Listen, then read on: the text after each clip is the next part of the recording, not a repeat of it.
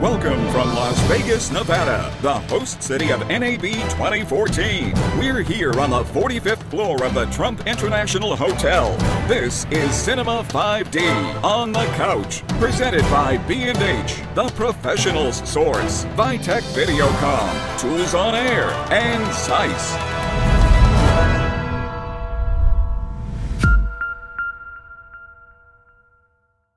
Welcome to another episode of Cinema 5D on the Couch. Today with Gabriel Biedermann from the marketing division of B&H, our lead sponsor for this show, who supplied all the gear and without whom this really would not be possible. You know, I had this crazy idea to do this show, I think 1.5 months before NAB. And if it wasn't for you guys, it would not have happened. Well, thank you. It's a pleasure to be here on the couch. Well, yeah. So how's the show so far for you? Really good. This is my first NAB show, so for me it's very exciting. A lot of new gadgets. It's a huge show. I still don't think I've gotten to everything. Maybe I've gotten to 1/8 of it, but it's pretty massive. So yeah, it is. I mean, let's talk a little bit about B&H. I mean, you guys are, I think, the largest camera and camera accessory dealer. Yes, we are. In the US? Yeah. Wow. How did you get so big, and where did you come from? Well, we're now celebrating our 41st year of business, our store now is a bit of a destination, and our website is sort of known around the world as sort of the spot to get your video, photo, audio, all your pro needs on that end of it. But it really started out in very humble, beginnings. It started out at a small store down in the Wall Street area. I think there's probably 10 employees working there at the beginning, right now we probably have close to 1,800. 1,800 people. Wow. Are they all in New York? They're all in New York. B&H has basically our one superstore in Midtown Manhattan now. We went to 17th Street, sort of in the gallery district in New York, but we soon outgrew that location. And about 15 years ago, we moved to this superstore that takes up a full city block, 70,000 square feet in New York, right up like a block from Penn Station, 3 blocks from the Empire State Building. And it's a little bit like Willy Wonka and the Chocolate Factory when you go I can't there. imagine. It's just like, you go there and everything is on display. I think last time I checked, there was like 500 bags. Wow. You could just size up and see what's good for you. And what's great, everything is really out display. If it's not, the representative will call one up so you can kind of get your hands on. So it's a wonderful sort of location, almost like a mini NAB to a certain extent, where you can kind of go see everything and can compare it and deal with representatives that are very knowledgeable. The people that work there, I hate to call them salespeople because they're really reps who often in the weekend they are shooting weddings or they're road weekend warriors and stuff like that. So they're very knowledgeable. They've been in the industry and they can help you out, get you what you need. That's very cool. That's quite special because I mean, in Austria, for example, or all across Europe, you have problems just checking out stuff if you don't go to these trade shows. A lot of people come up to us, to our website or to us individually and ask us, how is this piece of gear? How is that piece of gear? Can you recommend it? Because they simply do not have a chance to check it out in person, and that's a problem when you have expensive stuff and you have to make an investment. Yeah, you don't want to risk buying something, ordering something, or without checking it out. So I think having the chance to actually see all the professional gear is quite special. Yeah, and it really how we grew was very simply. It was basically actually having stock of the items, and giving a fair and honest price. We never did any sort of games with the pricing. We just tried to buy in bulk and just pass on any discounts we have to the end user. But a lot of it was just having it in stock, and again having that location right. Before the World Wide Web, most people knew us as this one of the 8th wonders of the photo world. When you go to New York, you have to go to B&H. Cool. And you have to see it all. But now with the website, with that, most purchases now are done on the web, everywhere. Yeah. And we rely on people like you to review things as well and to give people that feedback, Yeah. on it if they can't go locally to get their hands on it. Yeah, I think it's amazing that, I mean, is it still a family-owned business? It's still the B and the H are the husband and wife. Really? Yeah, Wow. most people think it's beards and hats.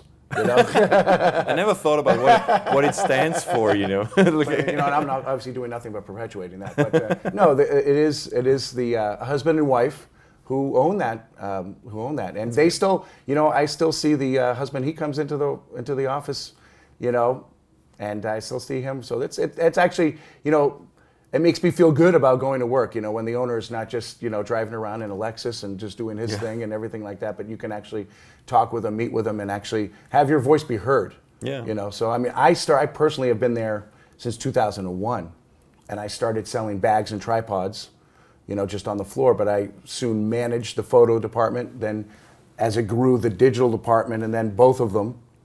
But in the last, since 2004, I've been working with our road marketing team, going to events all over the world, representing B&H. Cool. And yeah, I think there's a still very personal touch with you guys, despite your size. I mean, 1,800 really surprised me. I thought you were probably like 1,000 or something, but 1,800 is the store is massive, and then we have a big shipping facility in Brooklyn. Yeah. So when most people order something from online, that's where it's coming from Brooklyn.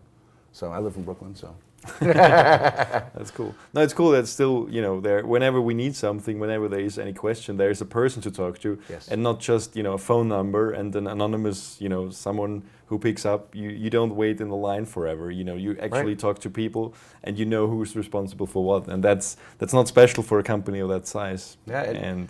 Yeah, it's like usually you deal with in the size you guys are in. It's usually corporations, where.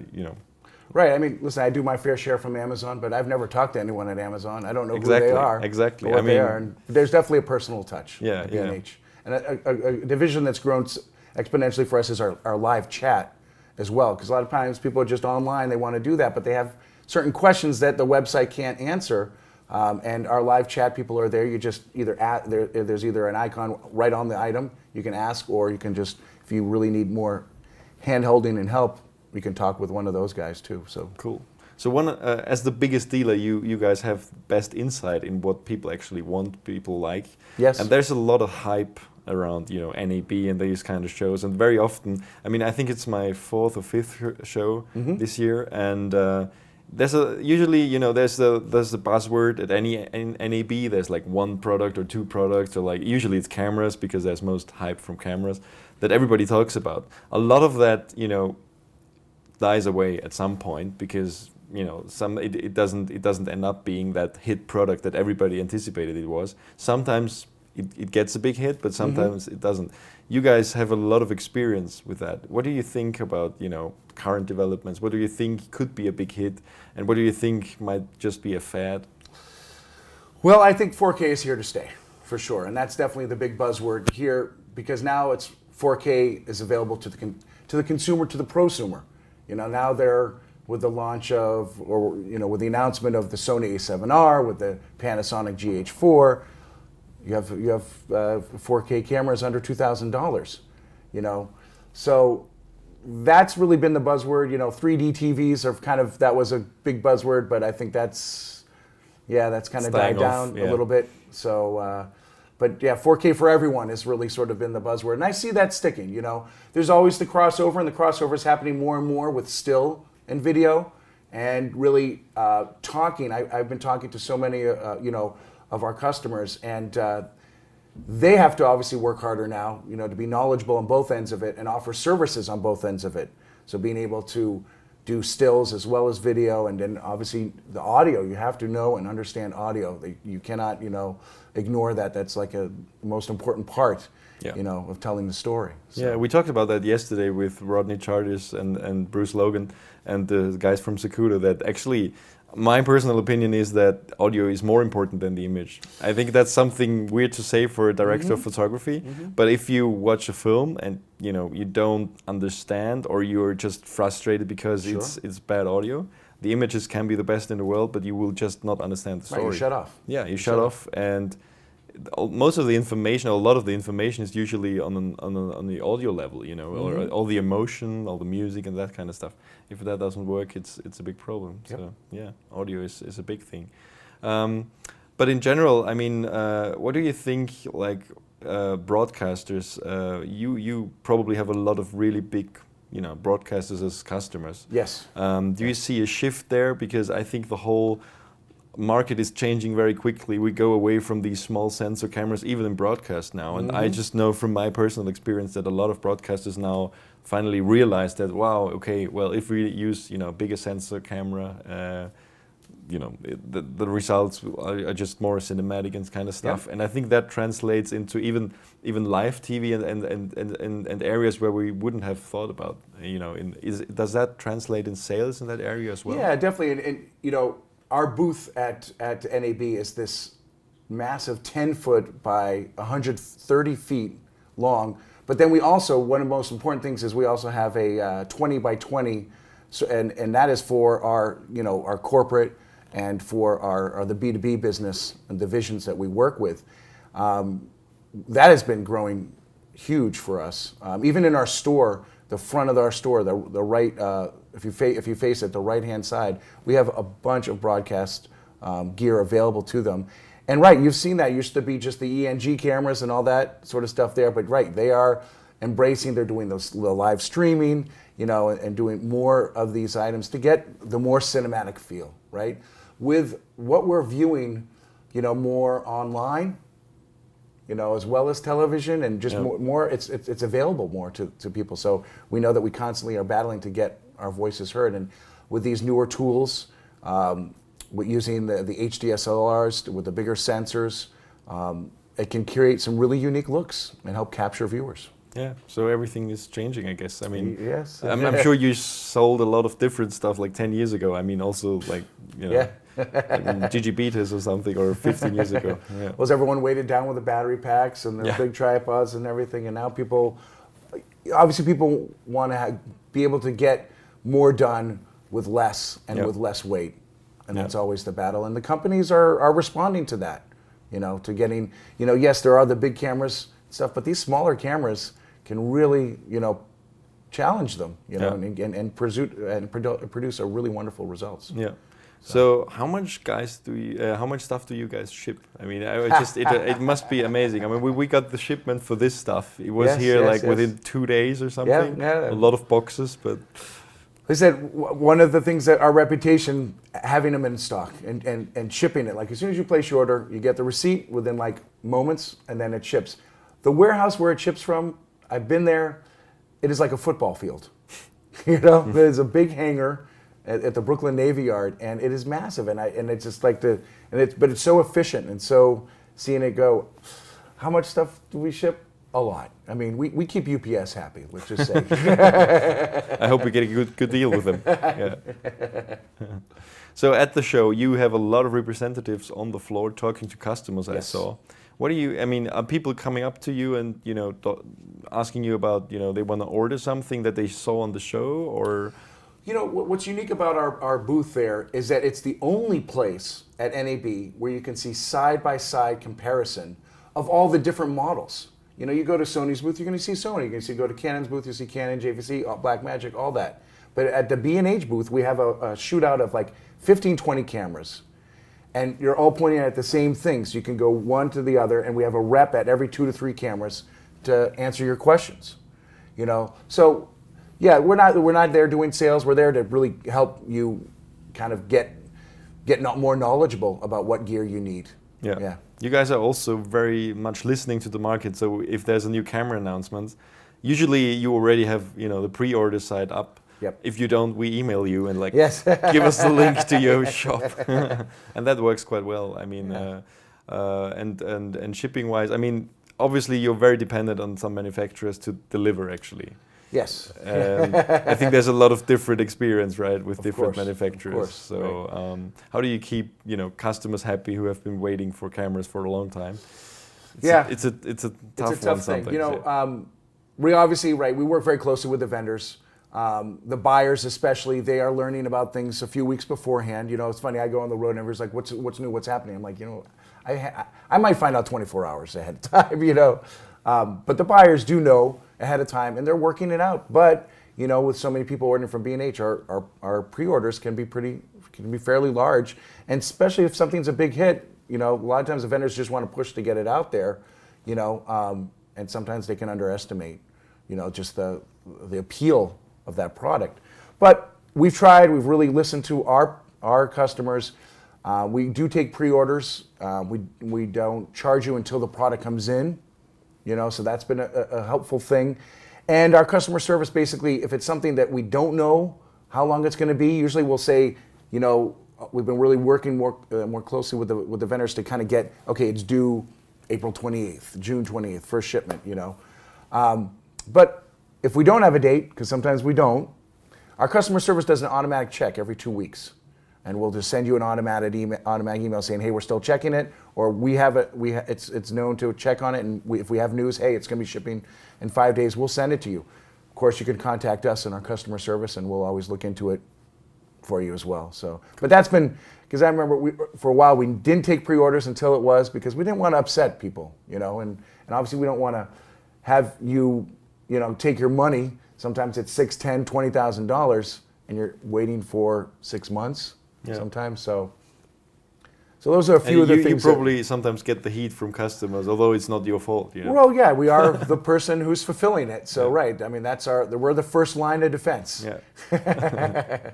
So we talked about 4K as being, you know, here to stick around probably. Yep. So, but from other trends, you know, not necessarily only, you know, camera related, but yep. In general, where do you think, you know, what is the next big thing that you can see, or, you know, is it camera movement? Is it?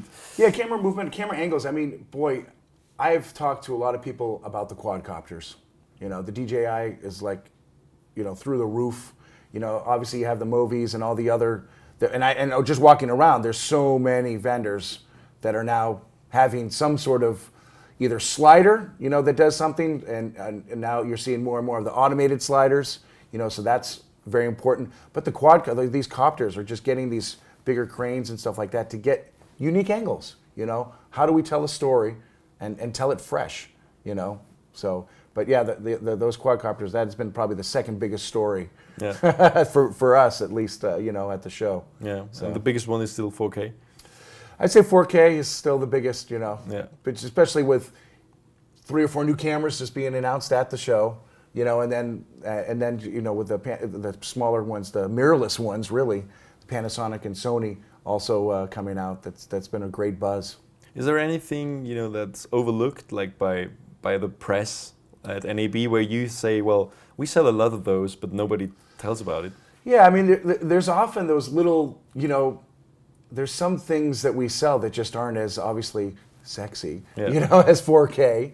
You know, but there's all these little adapters, you know, that can, you know, obviously, how do we get now that information to, you know, to the computer, you know, and then, you know, resed from there. So there's a lot of different devices from there. Atomos has been really popular, all their new devices that they have, and they've been a great product from us. Some of the Blackmagic little, just simple little adapters to get from one cable to another, yeah. You know, and then audio, of course. Again, there's a lot of audio, you know, things, as well as the little adapters to make your job easier. Yeah, you're a photographer yourself. I am a photographer myself. Yes. So what's your favorite camera right now? I'm shooting a lot right now with the Sony A7R. So cool. that's been a blast.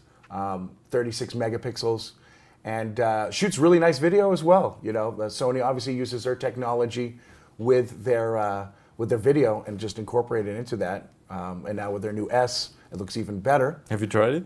I haven't. I you know. It's beautiful. I mean, we had a presentation at Sony, yeah. and they showed us some of the footage. It really is amazing on a 4K screen. It's very impressive from such a small camera. And such a small camera. Yeah. You know, I've used the A7 and the A7R, and they're really impressive cameras, and they can do a lot. And as well as the adapters that you could use any sort of lens you want. I think that's a really interesting. You could be using lenses that are 50, 70 years old, or lenses that you have from your other favorite cameras that you want to adapt to it. Yeah, so. Yeah, the E-mount is very versatile, right? Mm-hmm. I mean, as opposed to some other mounts where you just can't get the right thing to work. So you can put everything on an E-mount camera. You can put all these, that film to flange distance is so small that you can pretty much adapt anything on there. Have you shot with the Alpha 6000? I got my hands on it for a little bit, and that is definitely impressive too. Because I have used the NEX6 before Yeah, that, me too. so really a nice pocketable camera. But boy, that is blazingly fast. Did you try the autofocus? I mean, this is Yeah. the first time that I think that autofocus is usable for video. Yeah, This yeah, is it's just amazing. It is. It's just. Yeah, it's- it it tracks snaps. objects, it moves around, and it's not pushing and all the stuff that you get from stills lenses. Usually, it's just not there. Yeah. So we're definitely living in some exciting and now truly digital times. You know, I think, you know, we embraced digital 10, 15 years ago, but a lot of times we just kind of, what I feel is we just put the digital technology into bodies that were already there. But, you know, I think that some of these companies that didn't have SLR cameras, they're like, let me actually make a truly digital camera and let's start from the ground up and build something Yeah. that's unique. So that's, I think we're seeing some exciting times, you know, and things move quickly, you know, because we're still sort of in that, in the beginning years. Yeah. You guys do also a lot of workshops and support, you know, Yeah. like video workshops, photo workshops. Yeah. What's an example for that? I mean, I saw a lot of stuff on your website. It's really hard to keep track what all the stuff you support and do. I mean, we partner obviously with educational people like I said, you guys, and many others. You know, from the standard, obviously with schools, we have an EDU program. So any students or educators out there, they can go to our website, which is our website/edu, and that's a free to sign up, and you get massive savings there. But right, we like to be have a beat on the industry and dealing with pro videographers. We work with, you know, people like Vincent LaFerre to big photographers as well. We're closely with Scott Kelby and his group, to some of these schools that just specifically teach photo and video, like Maine Media Workshops, Santa Fe Workshops, Rocky Mountain School of Photography as well. So we try to work as closely as we can with these groups, help them get some gear, help spread the word, you know, and that's been great. I mean, in our industry, we were one of the first people to realize that education is really, that's a foundation block. If people don't know about the product, Yeah. you know, they're not going to get it, or they're not going to understand it. Or they're gonna buy the wrong ones and send it back to Or you. they buy the wrong one. Yeah, they buy the wrong ones. I mean, again, like going back, we do really extensive training with our staff, and you know, the photo people are the photo people, the audio guys are the audio specialists, the video specialists. You're not going to see just someone going around. Yeah. There are a few that are, you know, they can do it all, but Yeah. you know, when you go to speak with someone, you're going to speak to an expert in that field Yeah. as well. And we also in our own store, we have a free event space as well that we offer free education Monday through Thursday.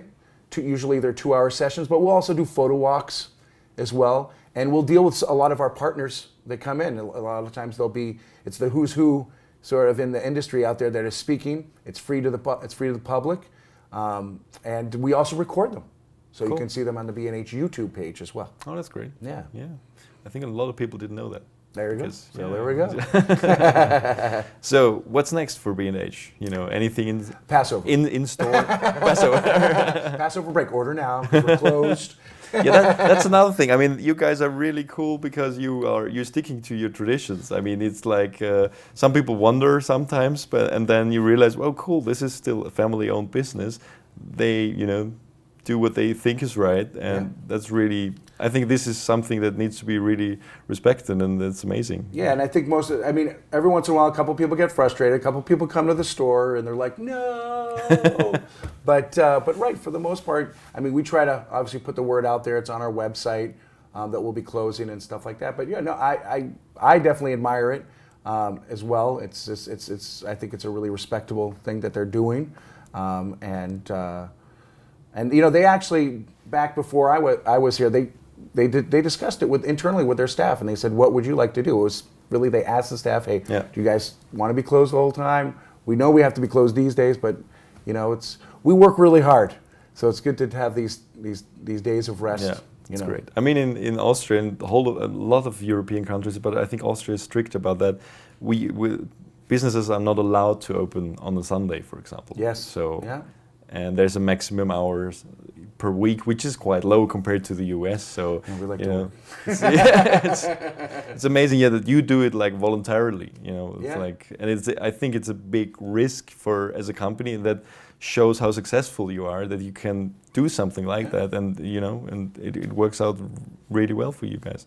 Yeah, it's great. Well, it's interesting. Also, for a lot of web orders, people doing it, you know, right, we're closed every Friday, you know, on sundown and Saturday. But if you think about it, nothing's going to ship till Monday anyways. Yeah, So, I mean, okay, you might have to come back to your computer, you know, tomorrow or in a few hours, but who's not doing that? Yeah, true. I mean, sometimes, yeah, with some of the other companies when you order from, you get like 10 shipment notifications anyway. I mean, even if you order small stuff and it doesn't turn up at the same time anyway, so it doesn't make a difference. You know, it's like, why should it be? Should it be on the weekend? Nobody ships anything. Maybe they put the order out, or it leaves the warehouse at some point. Right. But you know, Or they're getting it from many different locations. So Yeah. we have 2 locations: our store, you know, and the warehouse. So right, you might get a couple. If you're getting more than one box, it's either you're ordering a lot of stuff, so thank you, or the chance that hey, maybe one of these pieces at the store and not in the warehouse. cool. So people actually go, like your people working at B&H, they go into the store, take it out of the shelf, put it in the box, and ship it off. Most of the stock in the store is in the basement level, so it just is, it comes automated, you know, through there and goes right to where we have a smallest shipping facility in the basement of the store, and then obviously the warehouse is just a massive. That's great. Do you guys also sell B stock? Yeah, sure. We have we have the world's largest used store. So and that's been that really has been growing, you know, a lot. But I think it's been going as long as I've been there. So that's been very, very popular, and we're just carrying more and more items there. And you, as well as you can sell us your used stuff.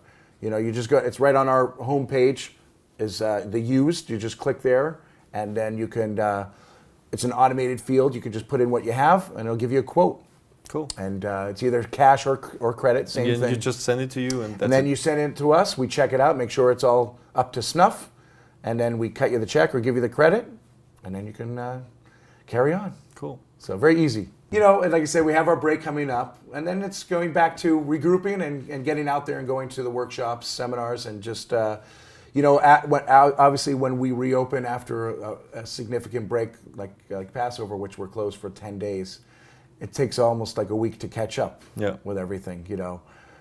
Obviously the stuff ships the first day we're open, but for me, I might be kind of fielding through a lot of emails, but or immediately on the road and going to events. So that's, you know, the summers, there's a lot of summer sessions, so that we'll be hitting a lot of the schools and stuff like that there. Cool. So we hope to see you out there somewhere. Yes, I hope to see you too again, and thanks for coming. Well, thank you. It was a fun session, and I think NAB is almost over. Are you going back to the show? I'm gonna go be with our staff. We have like 40 people there, so Okay. I think we're going to a big pizza place tonight. Nice. But first of all, you have to pack everything up. But first of all, it takes us a few days to pack it up. So Well, thanks again. All right. Thanks for everything. Excellent. And see you next time, hopefully. Let's do this. Let's make this a regular thing. That'd be good. that sounds good.